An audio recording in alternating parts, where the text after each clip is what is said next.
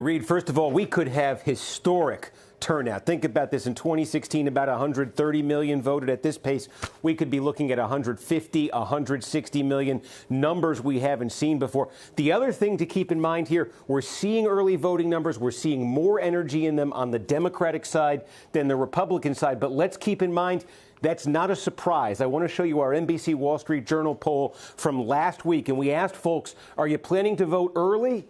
Or are you planning to vote on Election Day? Look at this difference between these two groups. The folks who say they're planning to vote early, Biden was ahead by nearly 40 points among those voters. The folks who say they're going to wait till Election Day, go out, cast their ballots then, almost a mirror image. There's Trump more than doubling up Biden with that category. So there's the potential there for Biden to build what seems like a very big lead now.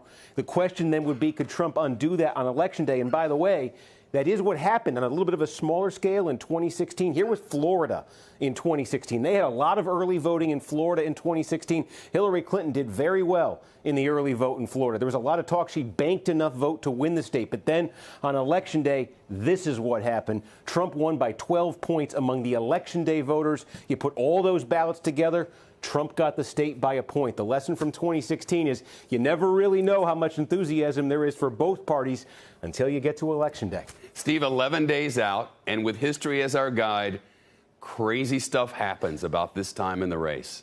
This is the time, Shep. Just think back to 4 years ago. It was 11 days before the election that James Comey, the FBI director, came out with that letter saying the Clinton email investigation was back on. Did that change the race late? That day when that happened, Clinton led the national polls by about 5.5 points on average. She ended up winning the popular vote by 2, but that dropped. Did that cost her the Electoral College? How about 2012? It was 10 days before the election that Hurricane Sandy hit, and Barack Obama got to showcase leadership during that. Mitt Romney was ahead in the national polls the day that happened. On Election Day, Barack Obama won the popular vote by 4 points. And here's one from the Wayback Machine 20 years ago.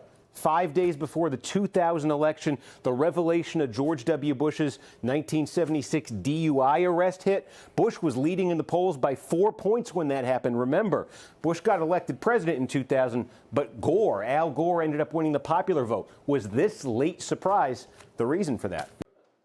Shepard Smith here. Thanks for watching CNBC on YouTube.